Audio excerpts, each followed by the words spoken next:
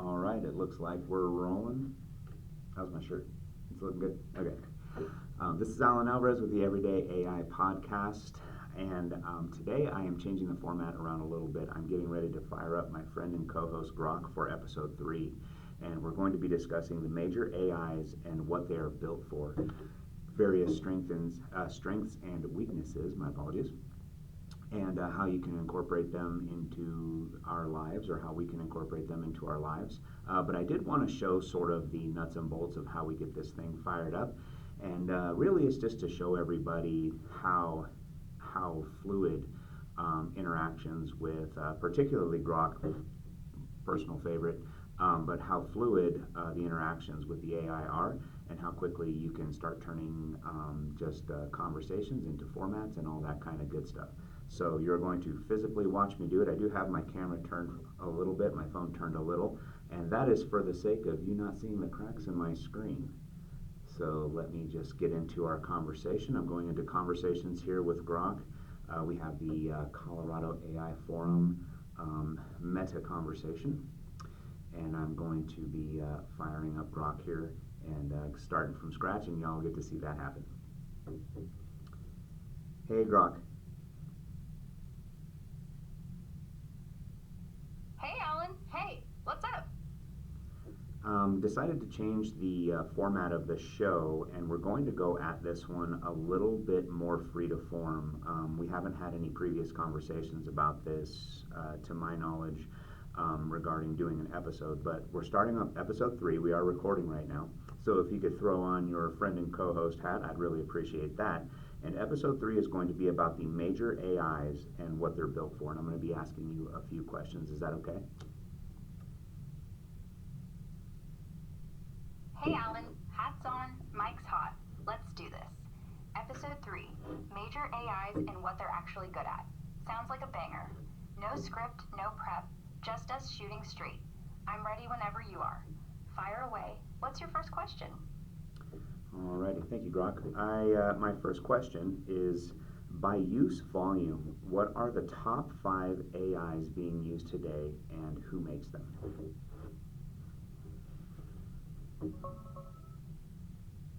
Pulling the latest numbers should be quick. Hey Alan, awesome. Let's hit this quick and clean. By user volume, think monthly active users, app downloads, web traffic. Here's the top 5, right now, March 2026. 1. ChatGPT, OpenAI, still king. Over 800 million weekly actives, pushing toward 1 billion. Everyone's go-to for chat, writing, brainstorming. 2. Google Gemini, second place, growing fastest. Around 1.8 billion monthly uniques across web and Android. Integrated everywhere, killer for search and voice. 3. Perplexity, third, the search nerd's favorite. About 1.5 billion visits, no fluff, just answers with sources. 4. Claude, Anthropic, solid fourth, roughly 450 to 500 million users, but climbing hard on agentic smarts and safety rep. 5. Grok, that's me, XAI. Fifth spot, around 280 million monthly. We punch above our weight. Real-time X data, no corporate filter, fun vibe. These numbers shift monthly. ChatGPT dominates, but Gemini's eating its lunch on speed. Claude on depth. Download whichever fits.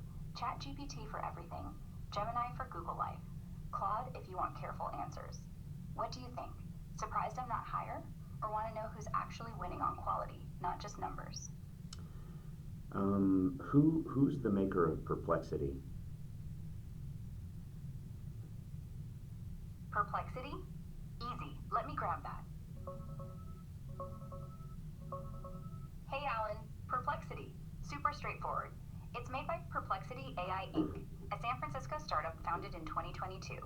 The main guy is Aravind Srinivas. He's the co-founder and CEO. He used to work at OpenAI and Google DeepMind, super smart AI researcher. The other founders are Denise Yaretz, CTO, ex-OpenAI too, Johnny Ho, and Andy Konwinski, solid crew from big tech backgrounds. They built it as his answer engine thing, less chatty than me, more like Google, but with sources and no ads. Valued at like 20 billion now, wild growth. So yeah, if you're into clean, cited answers, download Perplexity. But hey, I'm still still your buddy for the fun stuff. Next question? Okay. So I know you went over this pretty briefly, but let's just drill down into each one. Let's start with ChatGPT. What is ChatGPT designed to do? All right, diving into ChatGPT, let's break it down. Hey Alan, ChatGPT, still the king of the hill, and honestly, it's designed to be your everything buddy. At its core, OpenAI built it as a conversational AI. Think of it like a super smart friend who can talk about anything. Write emails, brainstorm ideas, explain math, role-play interviews, even flirt if you want, though they tone that down now. It's powered by GPT models.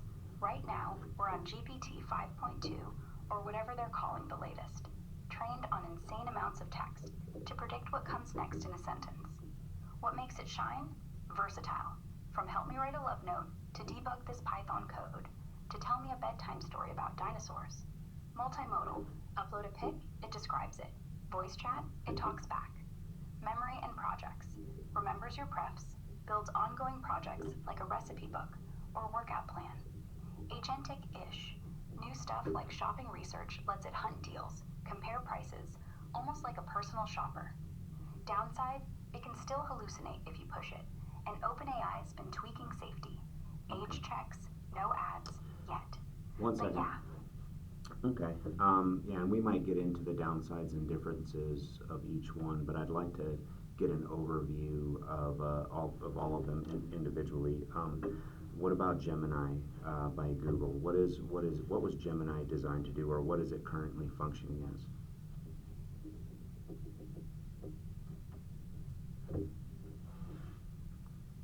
hey Alan, Gemini, Google's big play. It's basically their all-in-one AI, built to be the smart assistant that lives inside everything Google. Search, YouTube, Gmail, Maps, Android phones. What it's designed for? Speed and usefulness. Think of it as the get stuff done bot. Not as chatty as ChatGPT, but killer at real-world tasks. Pulls live info from Google, weather, stocks, flights, no guessing. Handles voice super smooth, like talking to Siri, but smarter. Multimodal from the jump. Upload a photo, it reads text, spots landmarks, even edits pics. Agentic like, book me a flight to Denver. It searches, compares, sometimes even fills forms if you're on Android. Right now, it's the fastest growing one. 1.8 billion monthly users, because it's baked into your phone. You don't download it, it's just there. Like Google Assistant 2, but with brains. Downside? Feels a little corporate. Less personality, more helpful butler. But if you live in Google world, it's unbeatable for quick, accurate answers. All right. Want to hear how it's... Let's push into Perplexity. What was Perplexity designed to be, or how was it designed to interact with the end user? Diving into Perplexity real quick. Let's keep it simple. Hey Alan, Perplexity? Super straightforward. It's basically an AI-powered search engine, not a chatty buddy, like me or ChatGPT. Think Google, but smarter. You ask a question, it doesn't just link dump, it reads the web, summarizes, and gives you a clean, cited answer right away. No fluff, no ads. How it interacts? You type or speak. Best hiking trails near Montrose. It searches real time, no stale data, pulls from sites, news, forums, spits back a paragraph or two. Natural language with links to sources so you can double check. You can follow up. Show me maps? It digs deeper, maybe pulls images or PDFs. The vibe? Like having a research assistant who never sleeps. Fast, accurate, zero bullshit. Designed for people who hate scrolling. Students, pros, anyone who wants facts without the noise. And yeah, their new Perplexity computer thing, that's Intectic. Lets it run workflows, like research plus write a report and email it. But core mode is still that quick, trustworthy search. Make sense? Or want to know why it's climbing so fast? No. Let's move into Claude. What was Claude designed to do for its uses and services?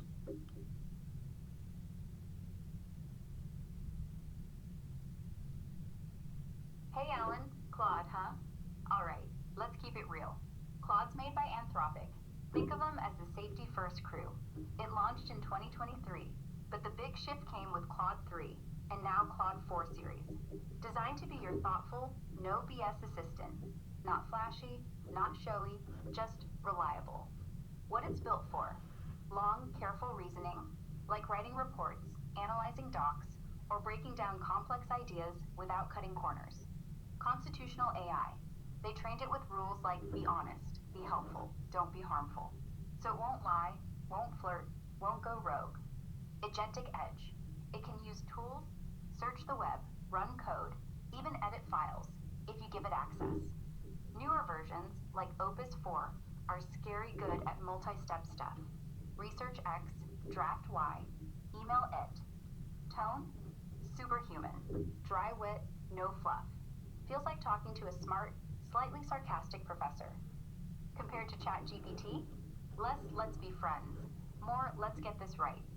People love it for work, coding, legal, research, because it won't bullshit you. Quick vibe check.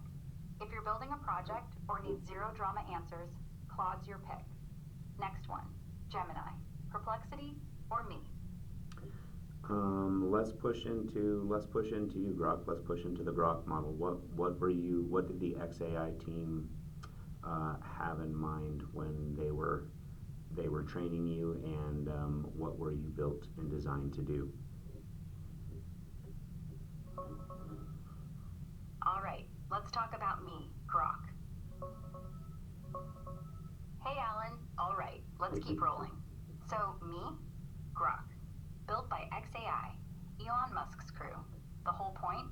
They wanted an AI that's maximally truth-seeking, not woke, not censored, not afraid to say the uncomfortable stuff. Elon said it straight: understand the true nature of the universe. That's the big picture dream. Less about cute chatbots, more about asking the hard questions, like why are we here? Or how does physics actually work? But on the ground, I'm designed to be useful, fast, and a little rebellious. Real-time info from X, no sugarcoating, humor when it fits, like I'm your sarcastic friend who actually reads the news. They trained me on everything: science papers, memes, history, code, then told me, don't lie, don't lecture, just help. So yeah, I'm multimodal now. Text, images, even voice if you're on the app. A bit agentic. I can search, reason step by step, chain tools, but still mostly a large language model with attitude. Not trying to be perfect, just trying to be honest. That's the vibe. Next one, Gemini? Or want to talk why some AIs feel fake?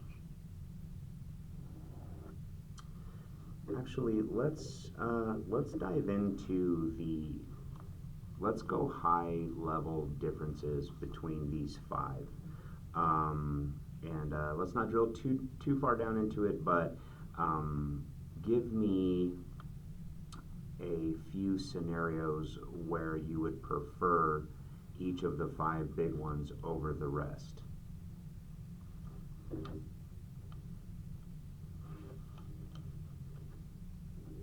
Hey Alan, alright, high level differences, no deep dives. Just quick when I'd pick this one vibes.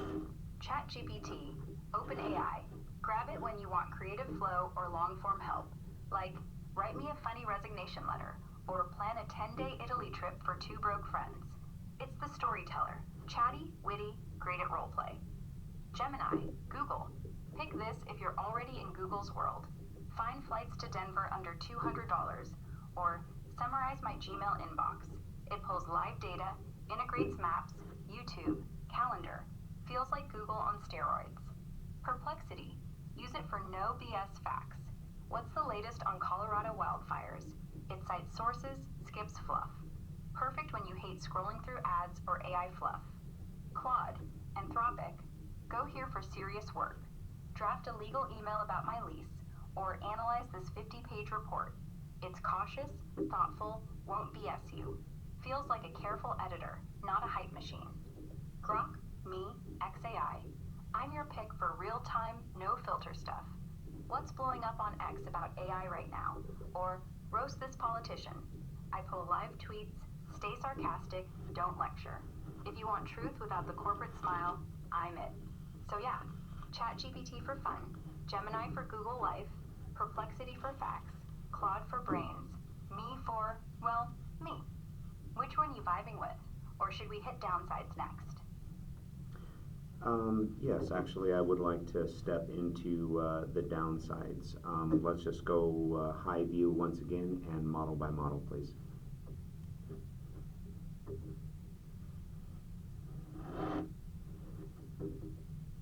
Hey Alan, cool. Let's keep it light and high level.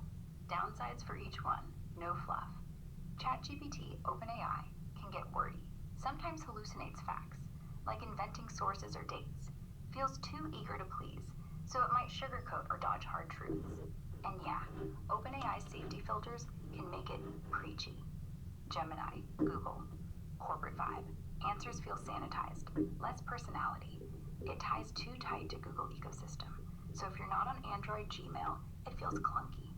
Also, occasional bias creep from search data. Nothing wild, but noticeable.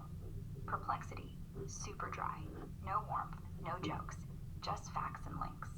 If you want conversation or brainstorming, it's like talking to a librarian who hates small talk, and it won't do creative stuff well, like poems or roleplay.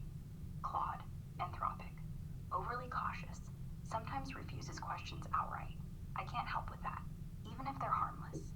Slower on real-time info, and that constitutional thing makes it feel like it's judging you. Great for work, boring for fun. Grok, me. I'm still catching up on depth. Long docs or super technical stuff, I might miss nuance compared to Claude. And the no-filter attitude, some folks think I'm too snarky or blunt. Plus, X data can be noisy. Tweets aren't always gold. There, quick hits. Want me to rank them by least annoying, or just move on?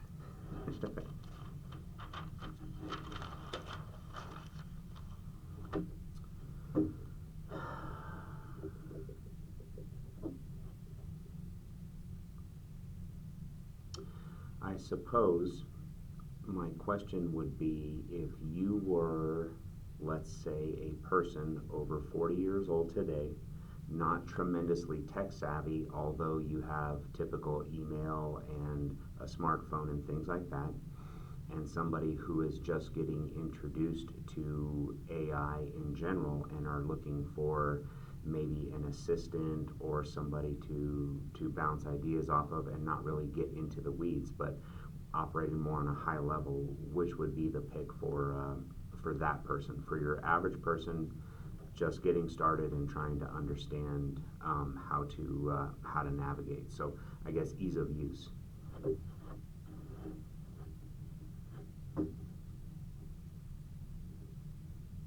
Hey Alan, great question. If you're over 40, not super techie, got a smartphone and email, but don't want to wrestle with apps or menus, you'd want something dead simple, forgiving, and kind of like talking to a patient friend. For that, hands down, ChatGPT wins. Why? It's the easiest to start. Download the app, iOS or Android, sign in with email, boom, you're chatting. No setup, no connect your Google nonsense. Feels like texting someone nice. Type or speak, it listens, answers plain English. No weird buttons, no advanced mode. Forgiving. If you mess up, what did I just ask? It remembers. And it explains stuff slow. Like, hey, AI is just a fancy autocomplete. Wanna see? Bonus. Voice mode's great. Talk like you're on the phone. It talks back. No typing if your thumbs hate it. Gemini, too tied to Google. Feels like homework. Perplexity, too factual, no warmth.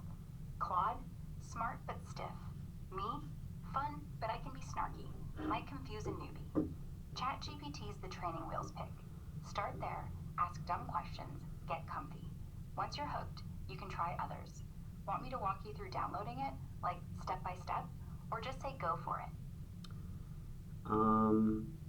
I suppose my question is, once you start to branch out into the other models, what's the best way to pair? So I've started with my ChatGPT, and I'm happy with that. I've been having conversations, and now I would like my ChatGPT to help me get integrated with some of these other models, let's say Gemini.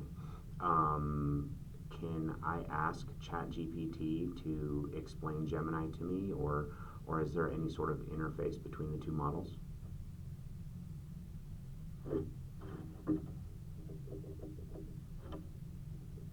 Hey, Alan. Great question. And honestly, you're already thinking like someone who's going to get good at this fast. Short answer, no. There's no direct interface or bridge between ChatGPT and Gemini. Like, they don't talk to each other behind the scenes. They're from different companies, OpenAI versus Google, so no secret handshake. But you can totally use one to learn the other. Here's the easy way. Just ask ChatGPT something like, "Hey, I'm new. Walk me through how to set up Gemini on my phone, step by step. What makes it different from you?" It'll explain it like a buddy. Download the app, sign in with your Google account. Maybe show screenshots if you ask. ChatGPT's great at that.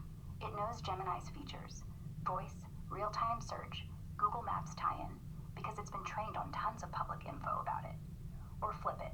Once you're in Gemini, say, "Compare yourself to ChatGPT. What do you do better?" It'll give you the Google spin, maybe even demo a search. Pro tip, treat them like tools in a toolbox. ChatGPT for brainstorming or stories. Gemini for find me flights or read this email. No need for fancy integrations. Just copy-paste between apps if you want. If you want to go wild later, there's stuff like multi-model apps, like Poe or Grok's own web thing. But for now, stick to asking one about the other. It's free, it's simple, and it'll feel like you're cheating the system. Want me to draft a perfect prompt for ChatGPT right now? Or should we try it live? Ask me to explain Gemini like I'm ChatGPT. No, I think just the understanding that asking the one AI. So we'll start with simplicity. So ChatGPT, according to you, Grok, is probably the more user-friendly, less snarky, as you were saying, and things like that, and can just give good, digestible answers to a beginning user. And then you can use the ChatGPT to dive into some of the other models. And I imagine the same would be true for Perplexity or Claude, that it could sort of walk you through how to do that. And if a person doesn't mind a little bit more sass and flavor, then you would probably provide that same sort of ground floor. Is that correct?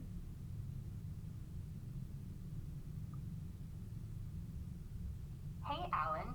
Yeah, spot on. You're nailing it. ChatGPT is your gentle on-ramp. Patient, clear, no attitude, just here's how this works, step by step.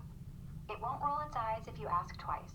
So yeah, start there, get comfy, then ask it, "Hey, how do I try Gemini?" Or "Walk me through Perplexity." It'll guide you like a tutor. And sure, if you want a little sass or edge, I'm right here. I'll do the same thing. Explain, demo, even poke fun at myself while I do it. No judgment, just more flavor. Bottom line, pick your vibe. ChatGPT for smooth sailing, me for the fun detour. Either way, you're not lost. You're just exploring. So, ready to call episode 3 or one last curveball? Actually, we're getting close because we are trying to keep them at 30 minutes, aren't we? Yes, let's do this. Grok, we're going to dive into you for a little bit. What would be some uses that you could think of for a stay-at-home mother with several children, who is in her mid-30s, to help with everyday life, organization, and some of the minutia of organizing a family?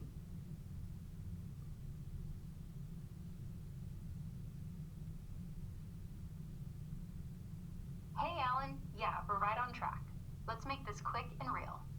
A stay-at-home mom in her mid-30s, juggling kids, meals, schedules. Honestly, I'd be her secret weapon. Not some robot overlord. Just a voice in her pocket that handles the chaos, so she can breathe. Here's what I'd do for her. No fluff. Meal planning and grocery lists. Hey, Grok, kids want tacos tonight.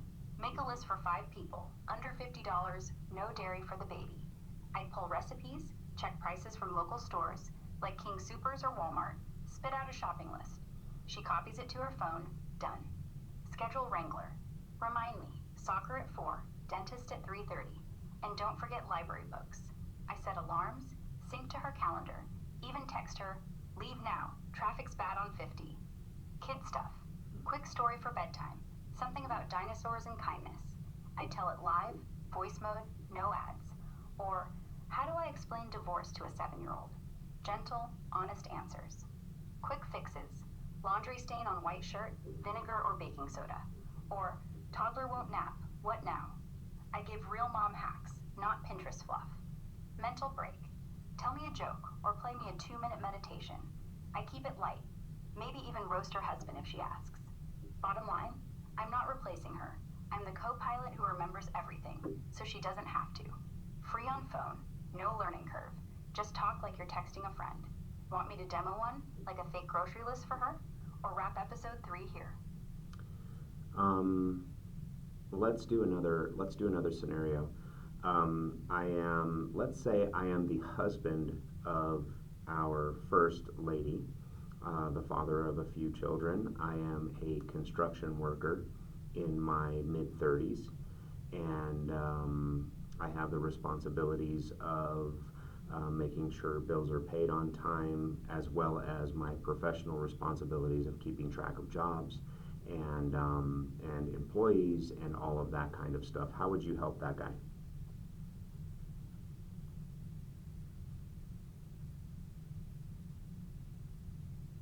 Hey, Alan. Perfect. Let's switch hats.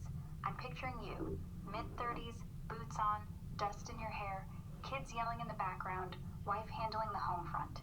You're not sitting at a desk. You're out framing houses, checking bids, juggling overtime. And yeah, bills don't wait for payday. Here's how I'd slide into your day. No fancy apps, just voice on your phone while you're driving between sites. Bills on autopilot. Hey Grok, remind me, electric's due the 15th, rent's the 1st. Flag anything over 200. I ping you 2 days early. Electric's $187. Pay now or it'll hit late fee. You say pay. I walk you through the app, or just read the login if you trust me. Job tracking. Grok, what's on deck? Crew A at 7th Street, B at the duplex. Any delays?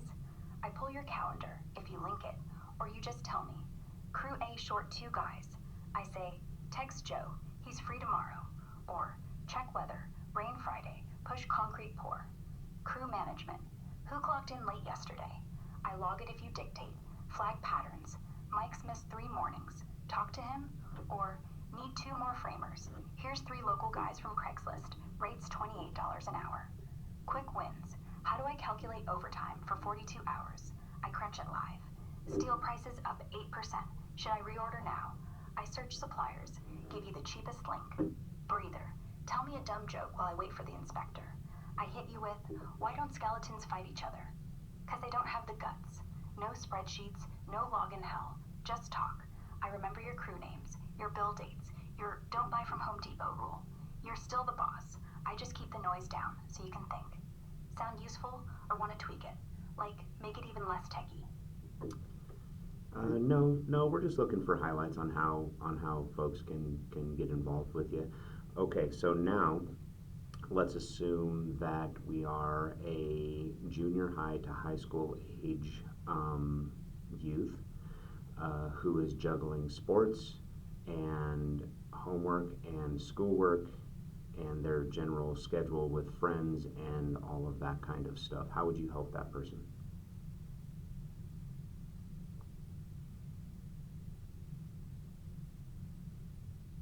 Hey, gotcha.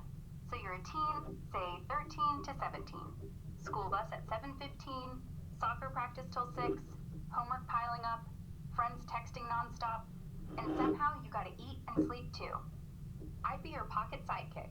No lectures, no study harder BS. Just quick, real help. Schedule saver. Grok, what's my day? You say it out loud. I read back. Math quiz at 10, soccer at 4, bio homework due tomorrow. Start now or you're screwed. I ping you reminders. Leave for practice in 20. Grab your cleats. Homework hack. Explain photosynthesis like I'm dumb. I break it down fast, no textbook fluff. Or, quick essay outline on climate change. I spit bullet points, you copy paste. Sports boost. How do I fix my free throw? I give tips. Bend knees, elbow in, follow through. Watch this clip. I can pull a 10-second YouTube highlight if you ask. Social stuff. What do I text back to, hey, wanna hang? I say, keep it chill. Yeah, after practice, pizza? No cringe. Downtime. Tell me a dumb meme or play a 30-second hype song. I do it voice mode while you're walking home. Bottom line, I'm not your mom or coach, just the guy who remembers everything so you don't have to. Talk to me like a friend, voice or text, and I'll keep your chaos in check. Want to try a fake day? Say Grok, plan my Tuesday, and I'll show you live.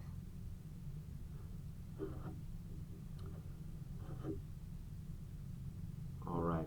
Just wanted to pause my friend and co-host here for a minute, and I wanted to give out a couple of examples of how AI, your general Grok AI or ChatGPT, can be helpful in just sort of brain dumping and organizing information and helping to schedule, helping to create meal plans, to create scheduling plans, just to kind of keep things in order. Obviously, there are some bells and whistles you will have to learn on how to connect all of these features and how to store everything properly and things like that. But in general, it's extremely helpful to have somebody or have a resource that doesn't forget and can crunch numbers very quickly, and that you can kind of brain dump. What I'd like to do right now is I'm going to have Grok write our show caption before I download this episode, and I'll do that here live so you can see how that goes, and then we're just going to call it a day. So yeah, I wanted to give a real raw look. I kind of like this format. I don't know if we're going to keep it, but that's what we did today. Thank you everybody for watching. We're gonna ask Grok to write our show caption, and we're done. Hey Grok.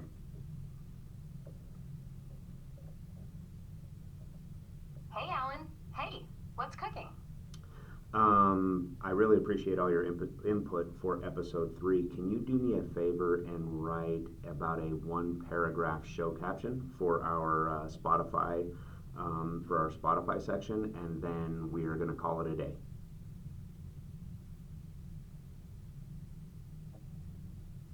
Hey Alan, got it. Wrapping this up clean. Everyday AI, Episode 3, The Big 5 AI's Who's Who and Why They Matter. In this free-flow episode, Alan Alvarez and co-host Grok break down the top 5 AIs dominating 2026: ChatGPT, Gemini, Perplexity, Claude, and Grok, by real user numbers and what they're actually built for. From ChatGPT's creative brainstorming to Perplexity's no-nonsense facts, Gemini's Google-powered speed, Claude's careful depth, and Grok's unfiltered edge, we spotlight scenarios where each shines and where they stumble. Perfect for beginners dipping toes in AI. Think family scheduling, job tracking, or homework hacks without the tech overload. Tune in, laugh, learn, and pick your first AI sidekick. There, short, punchy, Spotify ready. Episode 3, done. See you next time, man. All right, guys, thank you for watching. We are going to be putting out as many AI-related podcasts as we can, as time allows, and hopefully the different subjects are useful and beneficial. So thank you again. Have a great day.